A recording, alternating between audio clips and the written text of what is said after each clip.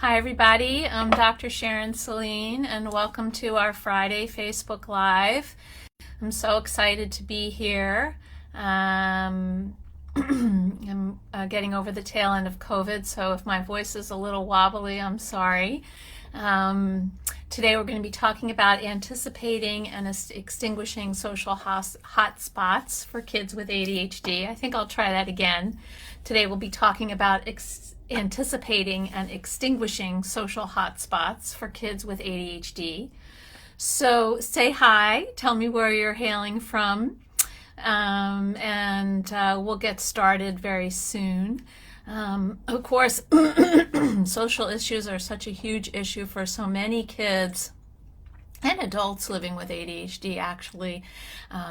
So I think this is a conversation that I think will help help parents, but it will also help adults who have ADHD as well. So I'm really excited to be here. Susan, hello, nice to see you. Anybody else want to say hi and tell me where you're coming from? It would be great to meet and greet you. It's a beautiful day here in Massachusetts.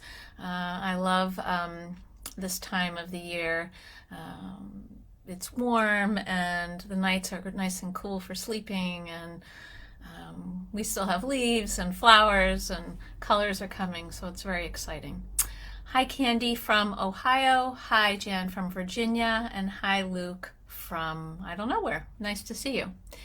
So today we're going to be talking a little bit about some common sticky spots for kids with ADHD. And these common sticky spots usually emerge in group dynamics, in classroom dynamics, and of course in interpersonal relationships. So I'd love it if you're here, if you could let me know, where does your child get stuck? Where do you maybe get stuck socially? And what happens? How would you describe that? So let's talk a little bit about how those sticky spots look for you or for your kids. So there are, of course, some general themes that we see socially for people with ADHD where they're struggling. Missing cues would be one of them. Interrupting would be another. Sometimes a lack of body awareness in space in terms of your relationship to others. I know for me, sometimes it's a lack of awareness about, the intensity of my voice or the volume when I get upset. Of course, emotional dysregulation is something that absolutely contributes to challenges for lots of people with ADHD and social issues. There's limited, of course, impulse control, particularly if we're feeling anxious or nervous in a situation. We also see working memory issues and processing speed issues contribute to challenges with conversations and following along, and participating. And then sometimes we also see patterns of masking and camouflaging. So I'd love it if you would like to sort of throw in, where some of your challenges might be in social hotspots, or what some of those challenges might be for your kids as well. So how are we going to help kids make and keep friends? And so let's sort of let's start with defining what is a friend. So I'd love it if you'd put in the chat some of your thoughts. What is a friend? What does a friend mean to you? I think a friend is someone who you know and with whom you share a mutual bond of non-sexual attraction and affection. Friends come in all shapes and sizes.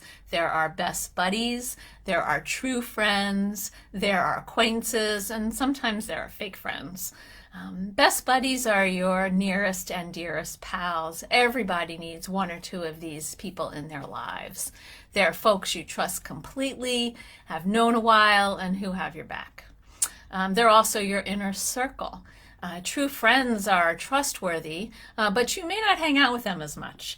You like each other and you do stuff together, and they're easy to be around.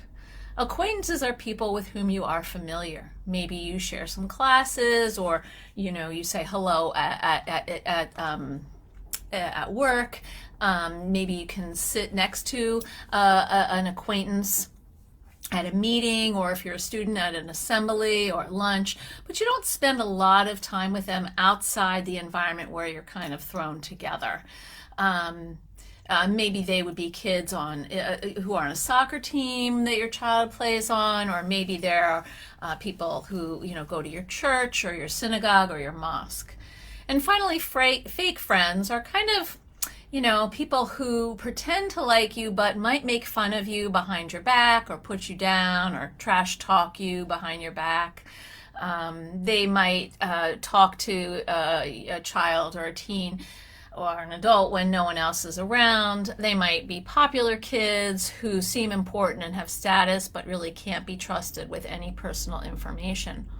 And then, of course, there are strangers.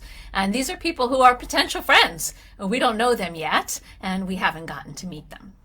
So I would like to say hi to Anthony and Georgia, and hi, Sebastian. Sebastian, you're saying falling asleep during classes or presentations, easily forget to contact friends or relatives, out of sight, out of mind.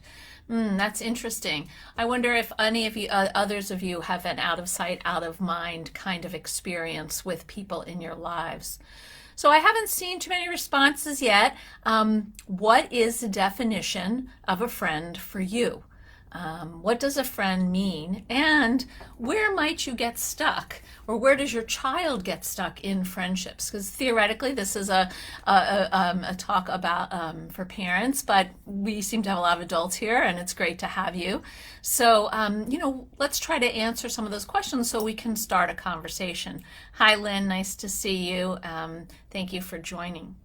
So, Anthony says, a friend is someone who listens to you in a time of need. Okay. What else is a definition of a friend? Someone who is honest, Lynn says. Thank you. Anybody else? What else is a definition of a friend? Because we want to be a friend to get a friend, right? And so we have to know what friendship means to us, and we have to help our kids understand what friendship means to them so that they can be the friend they would like to receive. So friendship, as we know, is earned through time, shared experiences, similar interests, and personal disclosure. Many kids desire friends, but often don't understand how to engage peers in conversation or activities without dominating them. Kids, especially those who are neurodivergent, need to learn the ins and outs of these social skills. So we're going to have to teach them some of these conversational skills. How to listen when someone is speaking and repeat back what you hear, where to look and how to hold your body in space. In our culture, it's about an arm's distance. The appropriate volume of your voice and how touchy you can be, with someone, when you keep your body parts to yourself and when is it okay to touch them on the shoulder or something.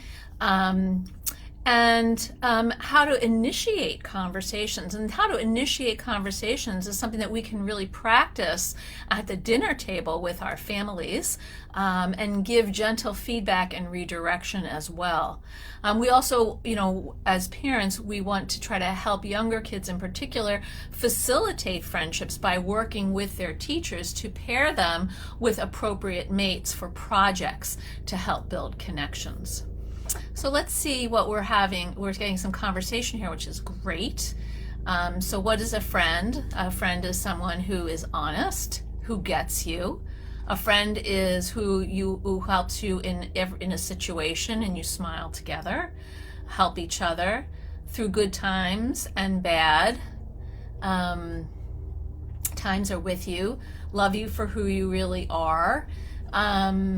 Someone who doesn't criticize me or makes me feel stupid when I say or do something without thinking, seems to be on the same wavelength. I'm very uncomfortable and quiet while in groups of people. Okay, so what I'm hearing, it seems like most of the people who are attending here are here for yourselves, which is great, not necessarily for your kids, which is fine.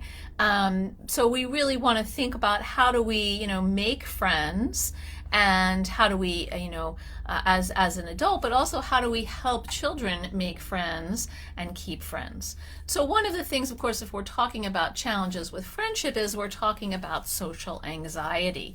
And social anxiety is a condition of worrying about humiliation and rejection in ways that restrict your activities or interests for 6 months or more. It can complicate the ability of a child or teen or adult to connect with peers.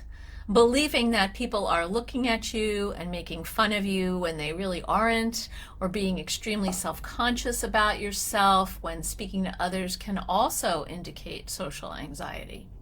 Extreme shyness, being unable to eat in front of others or experience panic attacks in social situations or public environments, can also be warning signs of social anxiety.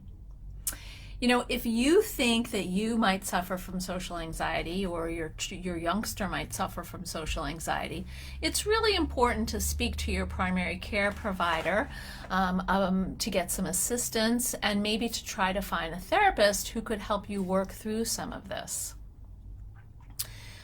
Susan says, is it hard for quote, quiet kids or wallflowers to make friends? So, I'm not a big fan. I know there was a book called The Perks of Being a Wallflower and everything, but, wallflowers, it can kind of be a derogatory term. And I think it's hard for kids who are, quieter and do better with one-on-one interactions, or feel uncomfortable sharing parts of themselves, to reach out in a, gregarious kind of world, particularly in a neurotypical gregarious kind of world. And so these are kids and sometimes adults for whom, smaller one-on-one interactions or a few kids are much easier for them to make connections. There are many people who don't like to go out in groups or participate in, social situations with more than one or two people, and there's nothing wrong with that. That's a personal preference. But I think the issue that we want to think about is there a loneliness that's associated with that? Is there a feeling of insecurity and kind of a negative self-judgment as well? Sebastian says, a friend is someone that you feel safe around and be your true self with. As a child, I always had the ease of being friends with everyone, but never really had close friends. In adulthood, I made several social circles. Well, that's really interesting, Sebastian. I'm wondering how you sort of transitioned from one thing to another. As a child, you were in this way, and then as an adult, you have other social circles. What is it that you did or you learned to do as an adult? Because I think that would be helpful for other people who might struggle, but it would also be helpful for, parents out there to think about how they could support their kids in being able to, step a little bit outside of their comfort zone, one step at a time. So another thing that we want to think about when making friends is to determine, particularly with kids, what the right amount of involvement is for a parent in the social lives of our children. As parents, we are acutely sensitive and reactive to any social challenges our kids may be experiencing.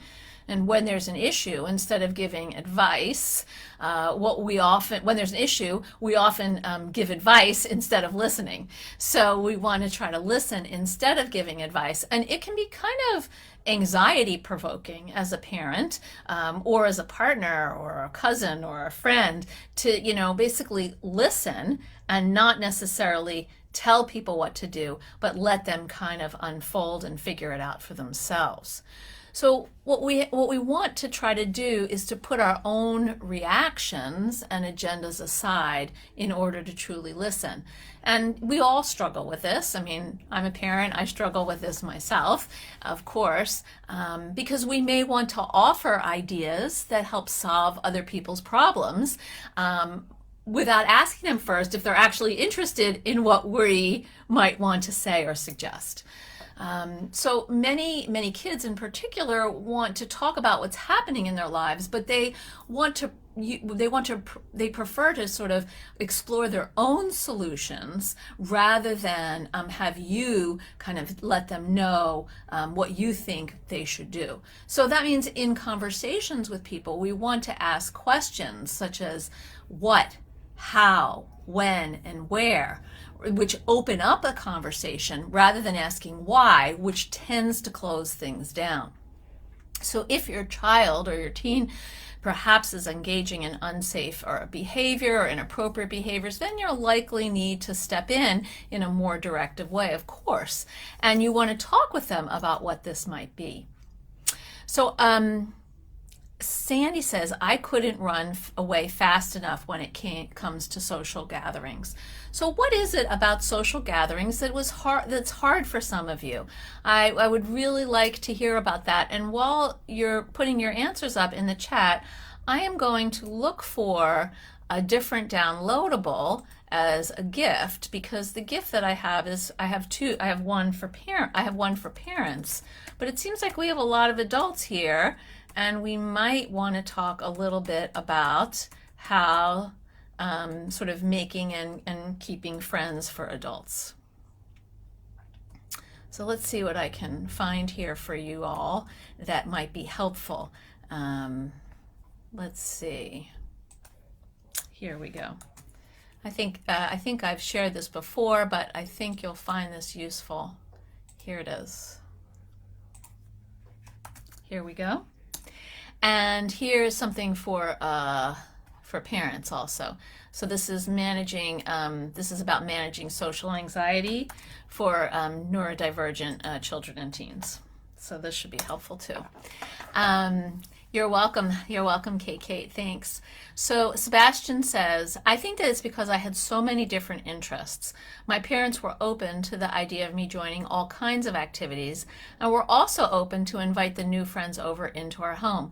Thank you so much for saying this, Sebastian. I think that's so important, because one of the things that helps kids figure out who their people are is to experiment and explore.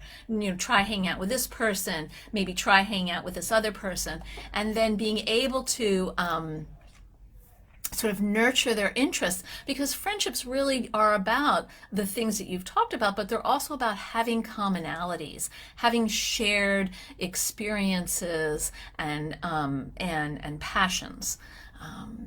And I think the other thing that you said, Sebastian, which is great, is that your parents invited your friends over to their house. And sometimes, particularly for kids who are, what we would consider to be quiet or shy, it's helpful maybe to have the family, like have a pizza night and invite the parents and family of a child that your child is starting to get to know, or meet at the playground, or, go for some ice cream together, or something where it's less pressure on the one-on-one connection, and the families are together kind of neutralizing it. Anthony says, it's down hard for my 10-year-old. His behavior has given him a reputation, so people he thinks our friends make fun of him and egg him on behind his back. It's very tough to find friends for kids with ADHD. Anthony, this really can be true. And we talked about this, about these fake friends who sort of will sort of act like you're okay in front of them, but then behind you really kind of put you down. And this sort of leads us into talking a little bit about bullying, which I'm going to get to in a minute.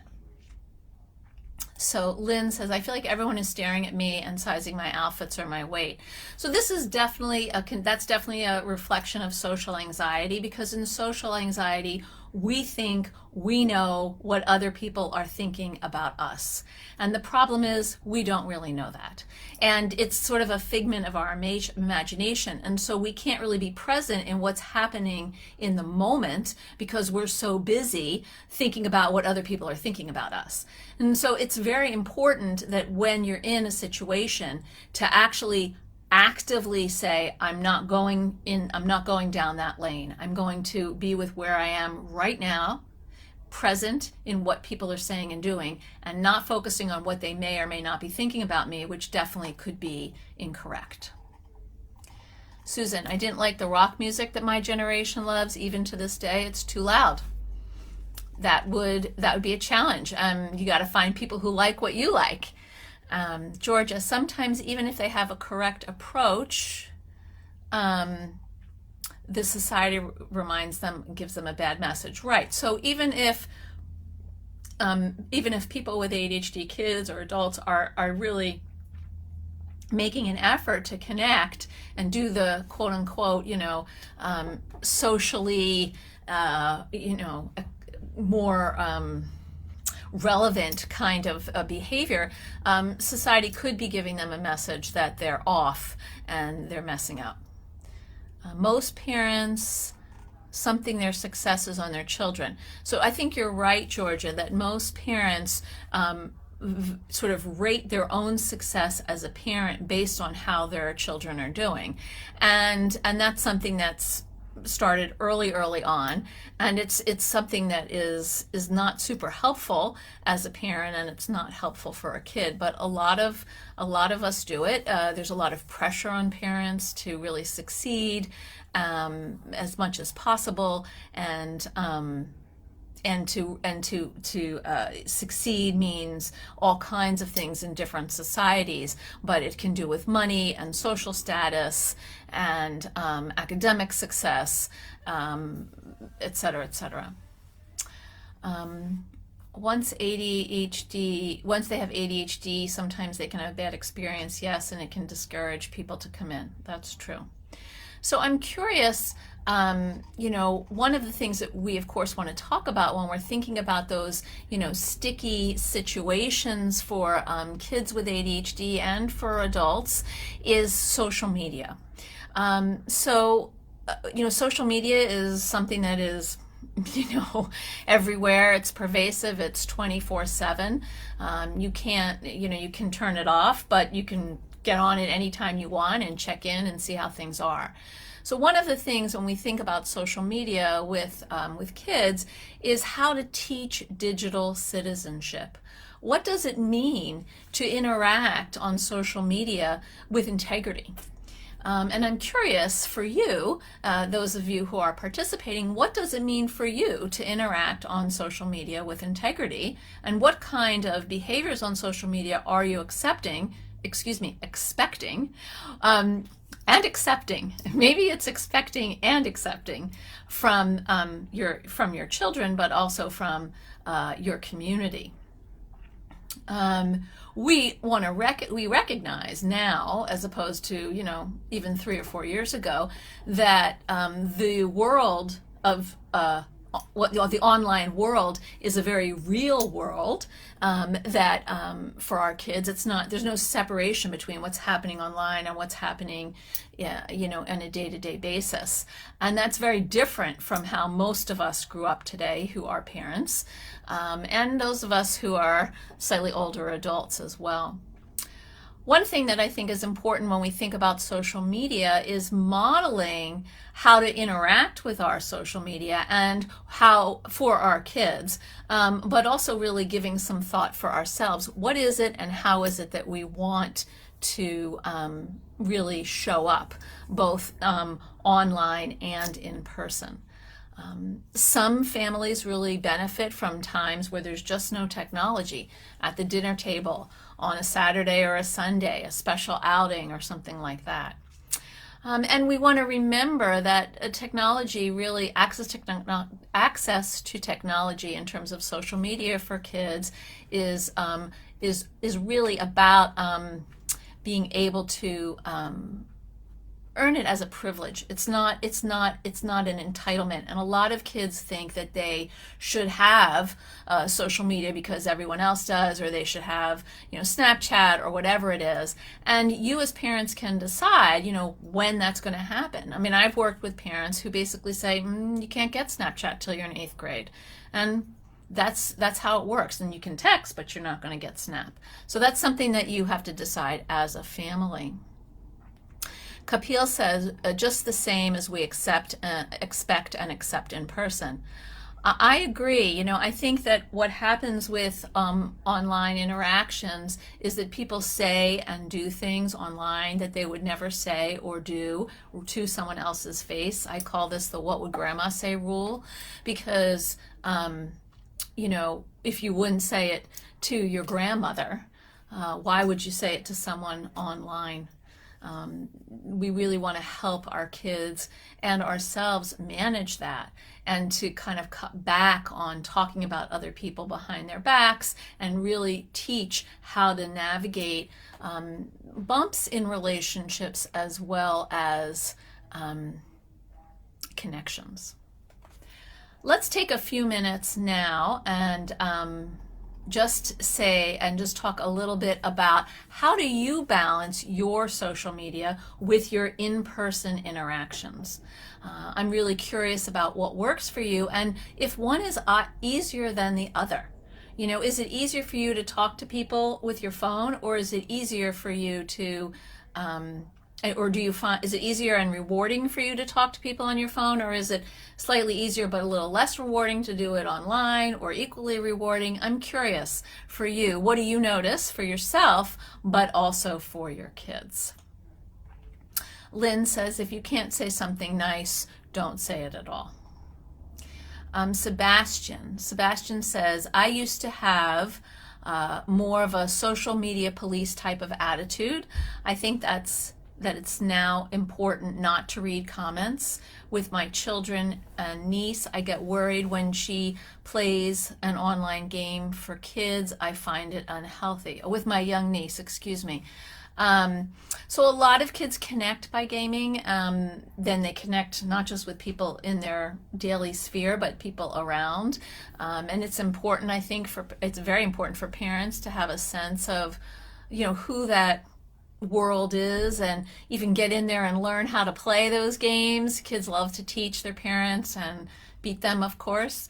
But I think that, we don't want to, I don't think that, reading your child's text messages is a good way to kind of get a sense of what they're doing in their lives. It's better to be their friend, to establish a trusting relationship and conversations about what they're doing online, and to have a circle of other parents who are involved in your child's life, the parents of the kids your child hangs out with, so you can kind of work together and be the village. Susan says, lucky so much social media didn't exist when my kids were young.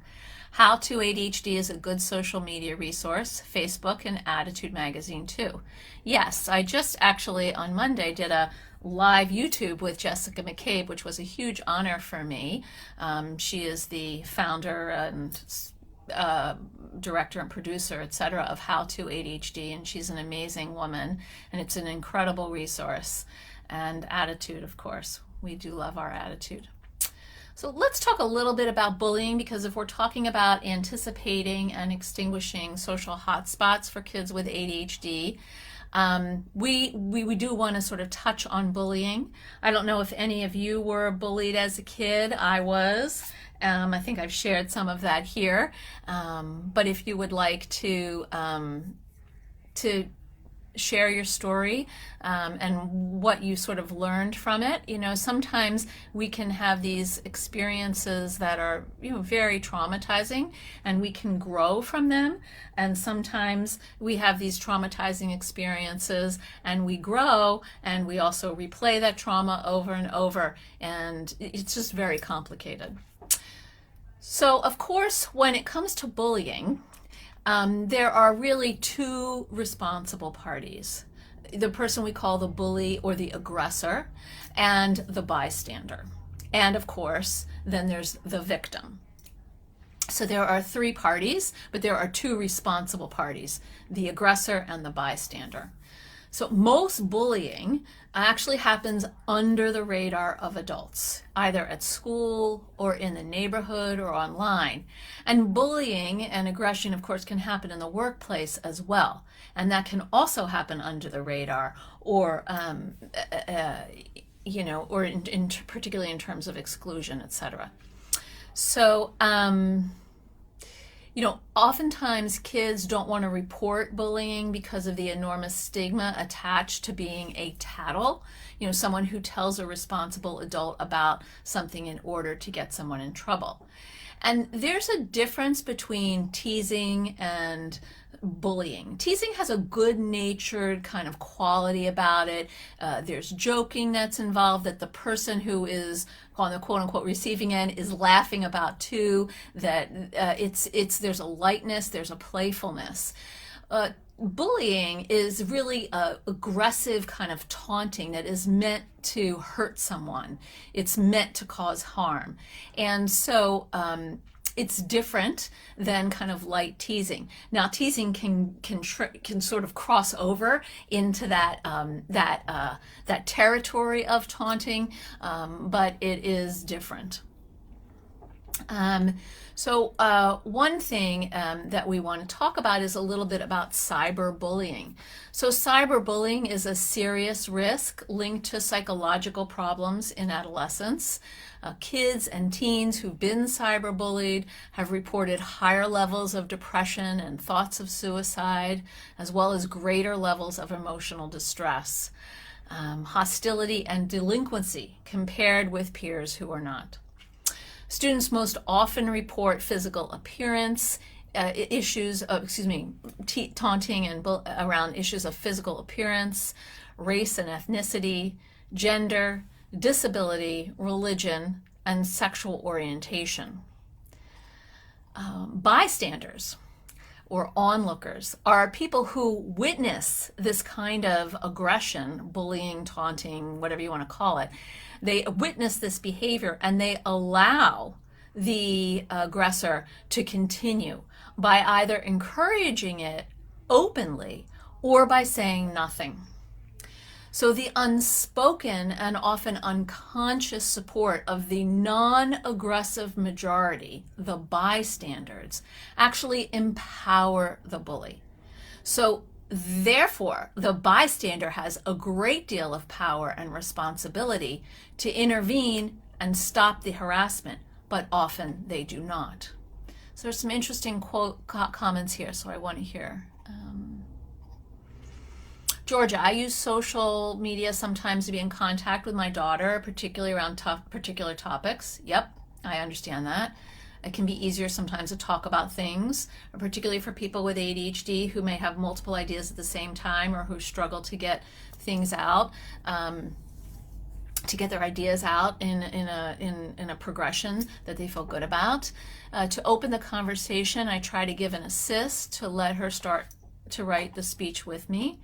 Lynn, I'm a twin to a sister who does not have ADHD, and she was in the popular group of kids, and I was just forced along, but I was just floating along in the group.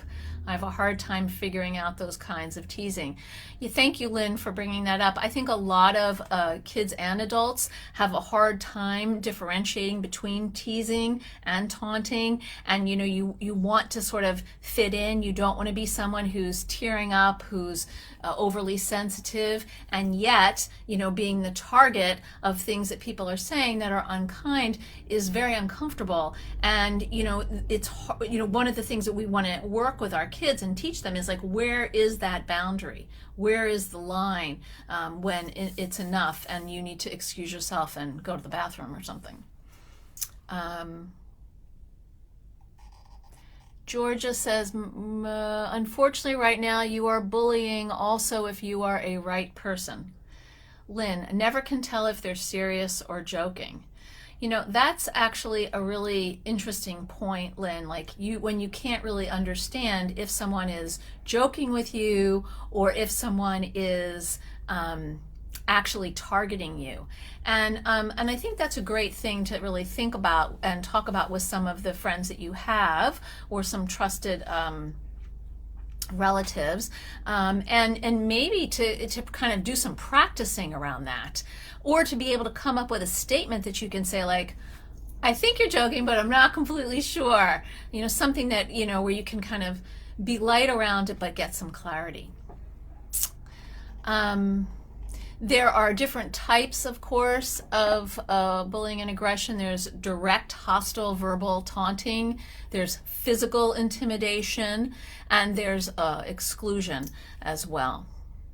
I think, when we think about how do we want to assist our kids and ourselves in these social hotspots, Martin Luther King has the most incredible quote that he said, Dr. Martin Luther King, in the end, we will remember not the words of our enemies, but the silence of our friends.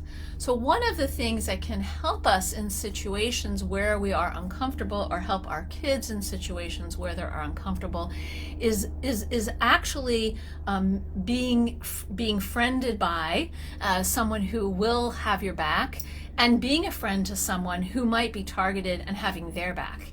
And so those are conversations that I think are really worth having with our kids. When you see something that you think isn't okay, what do you do about that? How do you voice your opinion? How do you stand up for it? And I think that this is a conversation that we all need to be having, both with our kids and with ourselves right now, in this climate that we live in today, where basically people say and do a lot of things online that can be, both insensitive and hurtful. So we're going to wrap up in a few minutes, but I'd love to hear from you if you have any more comments about, what is a social hotspot for you?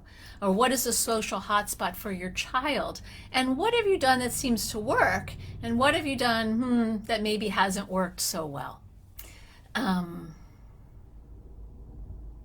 Let's see. Georgia says most of the time who's bullied someone else has a problem too. That's correct. I believe that's true, Georgia, or an deep insecurity. And Sebastian says, I still have a difficult time with people who are sarcastic. I am very often too trusting, not thinking someone would lie to me on purpose. I understand that, Sebastian. I'm not really a fan of sarcasm at all. I actually think sarcasm is really an aggression, an attempt to sort of cover an aggressive statement with something that's like sarcastic. It's supposed to be funny or clever or whatever. And so I think if you're feeling like someone's being sarcastic, that is actually a signal that something is off. And you're probably correct in interpreting that. I don't really, when people are sarcastic with me, I'm actually pretty upfront about it. I'm like, I don't understand that. Can you explain? And they're like, oh, I was being sarcastic. And I'm like, I don't really believe in sarcasm. And that kind of, changes the conversation a bit. Or that didn't sound like, I don't know what sarcasm is, but that sounded kind of hurtful. Something that is calling it what it is. Lynn, workplace, holiday parties with husband for his work, high social anxiety. So that's a real hot spot for you when you show up and you go to a work party for your husband. You want to, be supportive and get along with people, and you're nervous about what they might think about you.